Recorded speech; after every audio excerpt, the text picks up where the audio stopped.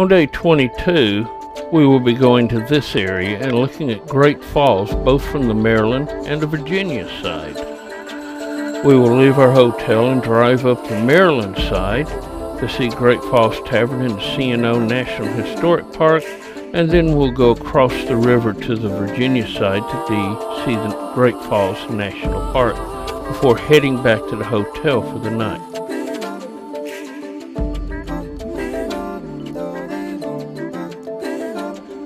Our first stop will be the Chesapeake and Ohio Canal in Maryland. It runs from Cumberland all the way down to Georgetown, 184 miles, right along the Potomac River. It was built by Irish immigrants mainly. It was constructed from 1828 to 1850. It included tunnels through mountains and bridges over tributaries.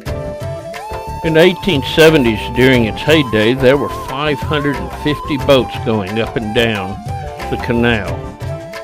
There was a 605-foot elevation drop, so 74 lift locks had to be built.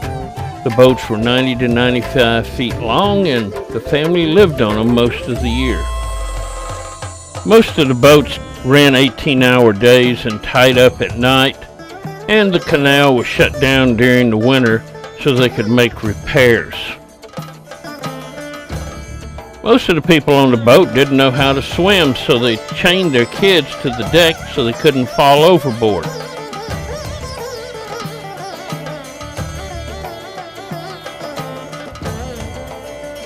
When they got to Georgetown, they would unload for sailing ships and then head back up the canal again. There was also recreational boating on the canal. It only made a profit for a short time in the 1870s.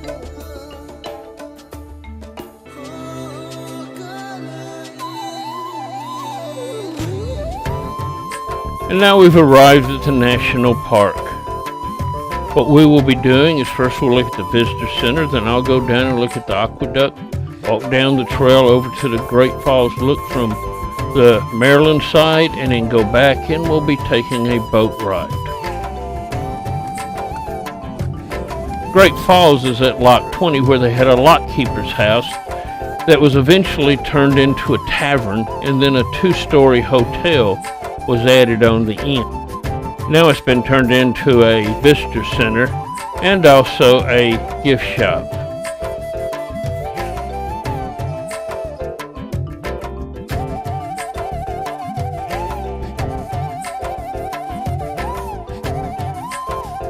As we look around a little bit, we see a great blue heron.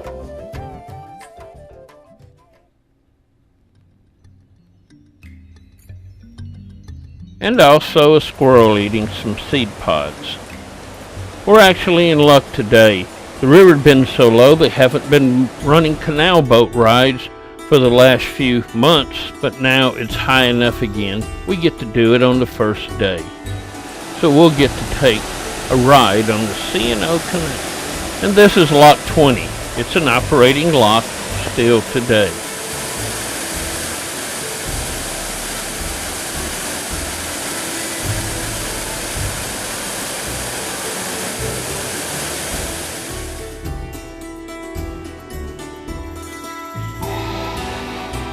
And this is what a canal lock looks like when it's dry. Next we'll go over to the Washington Observation Deck. Along the way we'll look up the canal and see the still water. They're flowing right beside it. On the other side of the towpath here is the aqueduct. And as we come back and across, the water is high, and so that's why they need the locks to drop the water level. Here's the low water dam for the Pottawatomie Canal Company and also for the Washington Aqueduct.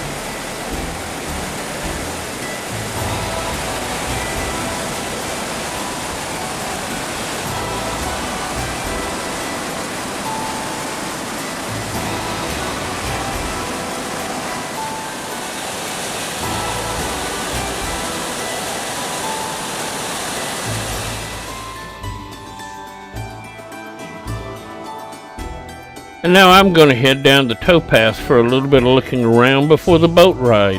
I'm going to go out to the Great Falls overlook from the Maryland side. And then we're going to go on a boat ride.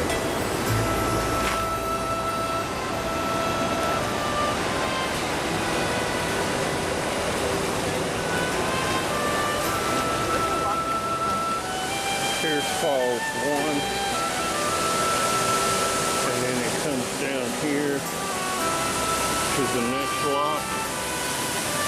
And then we go over this way. And we go down there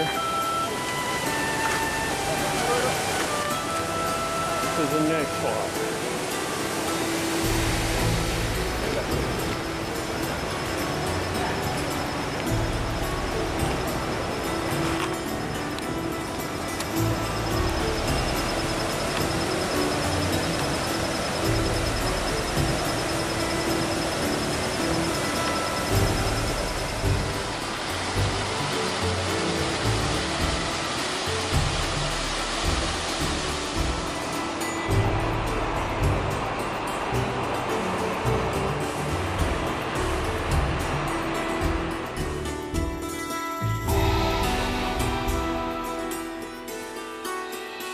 Next I'll explore Olmsted Island and the rapids there for the Great Falls from the Maryland side.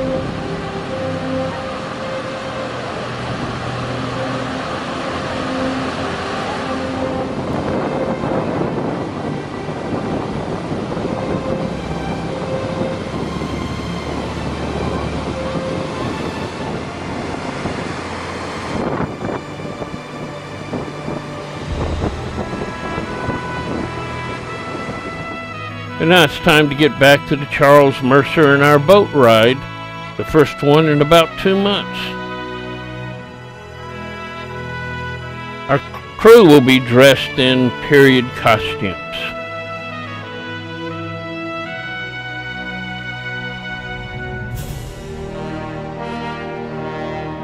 And now it's time to get on board and head out. We'll be pulled by a hitch of mules.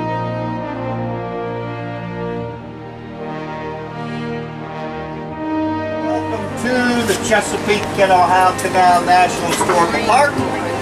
Welcome aboard the Charles F. Mercer. My name is Honest Tom. I'll be your guide this morning and tell a little bit about the canal, what you see. Pulling this line, she is pulling this 7-ton boat into lift lock number 20. Now we're coming into lock 20. Once the boat is all the way in, crew will then shut these 2 big green lock gates on either side of us, and they'll make the lift lock just about watertight. And they'll start over a couple paddles on the upstream lock gates. They'll flood this lift lock with about 100,000 gallons of water. We will levitate up 8 feet. All right? The first step is to close the gates we just came through.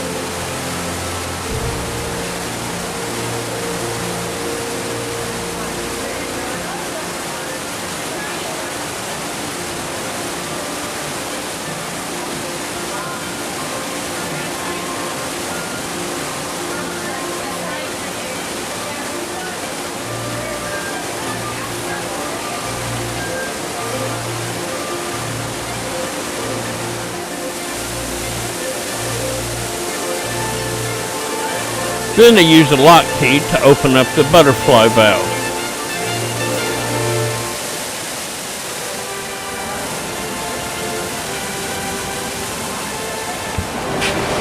See the holes here? These are called stems. Paddles are at the bottom. You put on a wrench up here. We call it the lock key. Turn your paddles. Open. Water can flow through. As the water enters the lock, it raises the boat.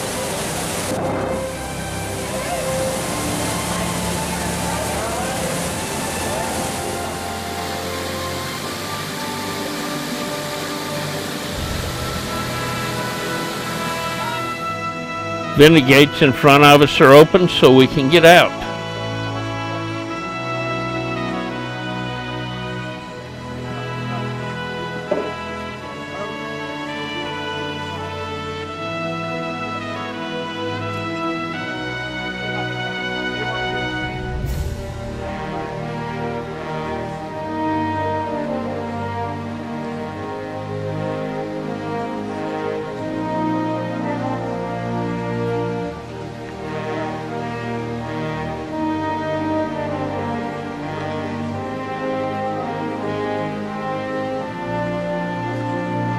We'll be pulled at about 4.5 miles an hour by a hitch of mules.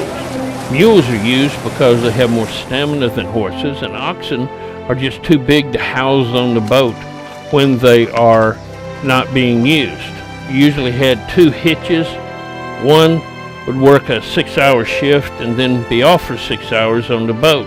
They're hooked in tandem so they can pull stronger, and always 2 of them because they're herd animals and they don't like being alone. And they miss their friends. Here we go.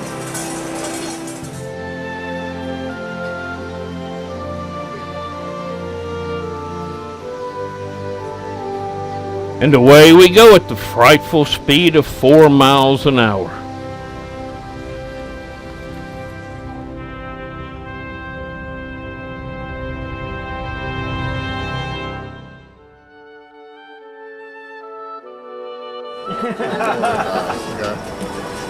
Before the Erie Canal was built, it cost more money to ship goods from Buffalo to New York City than it did to ship goods from New York City to London, England.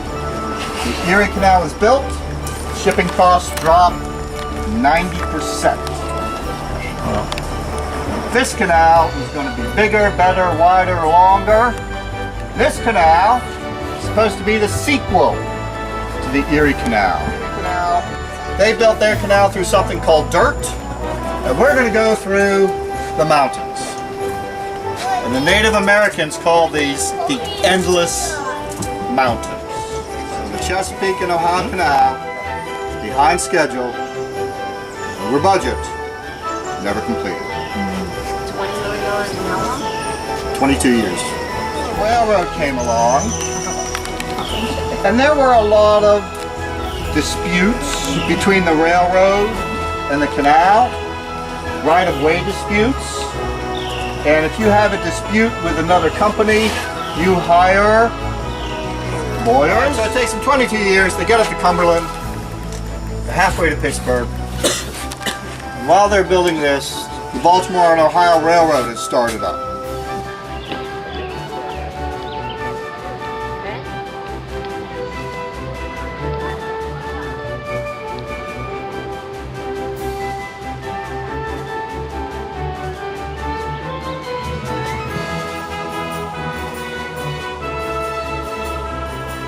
The question is, how would 2 boats pass?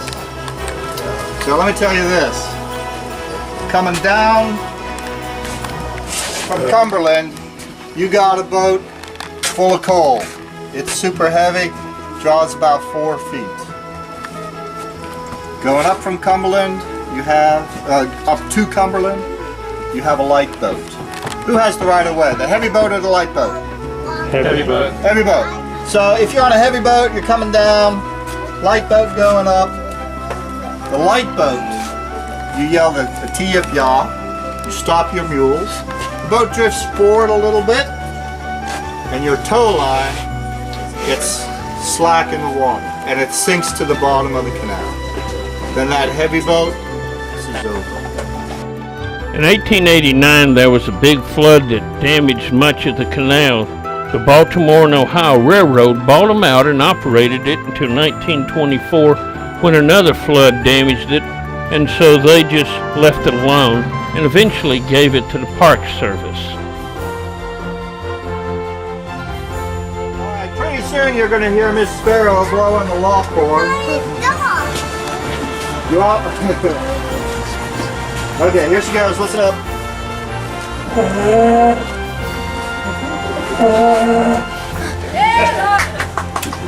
Give her a nice round of applause. Now, ladies and gentlemen, we do not have any brakes on this boat. We don't look down, and you'll see Miss Josephine down there. She is going to stop this boat with her line and the post. She's going to wrap a couple of loops around the post. Stop the boat. She's going to wrap a couple loops around the post. Stop the boat. She's just going to pull on that line.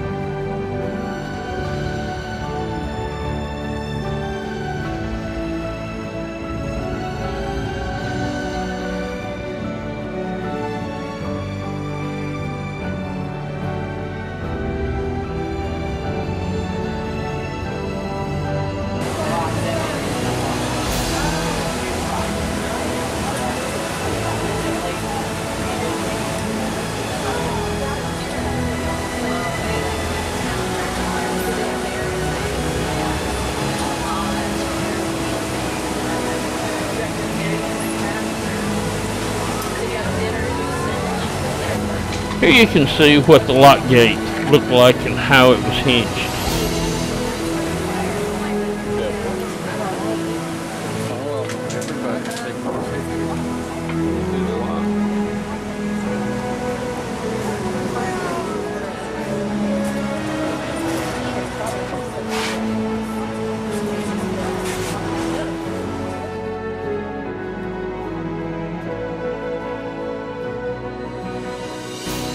And this brings us to the end of our boat ride. You can also walk along the towpath or even cycle 184 miles if you want to. And now it's time to leave the Maryland side of Great Falls and head to the Virginia side.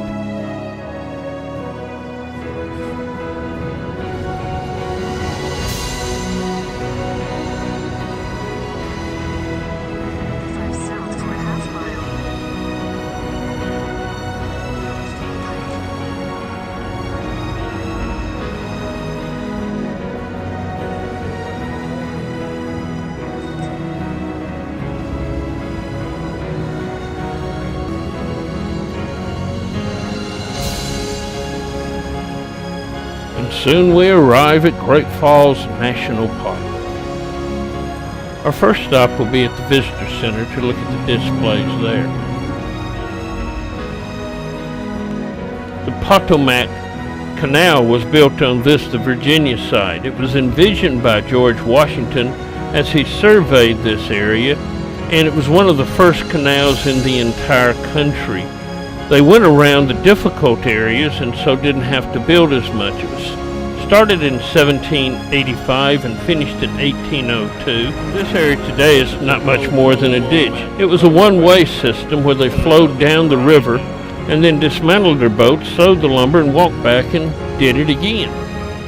They called the town here Matildaville, and they had to build several locks here, including the rock cut that went down the steep slope, as you can see here. The canal was open for 26 years and ran from Cumberland to Georgetown, just like the C&O did.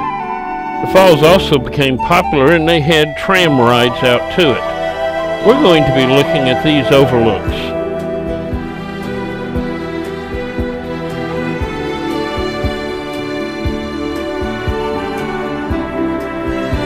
Flooding has always been a problem on the Potomac River, even here at the falls. And as we said at the C&O Canal, it was destroyed by floods several times. You can see here how the flood waters can be at any one time. Here we see on January the 16th, 2010, and just 10 days later at the same area, you can see the water flow. Here we are on March 23rd, and 7 days earlier it looked like this. Here we are on March 24th, and 7 days earlier it looked like this. And now it looks like this today at about a medium flow.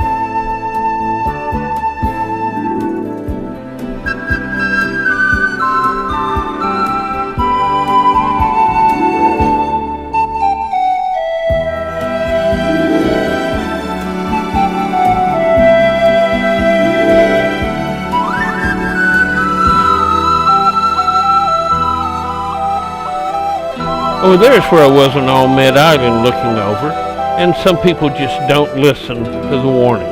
And this brings us to the end of day 22.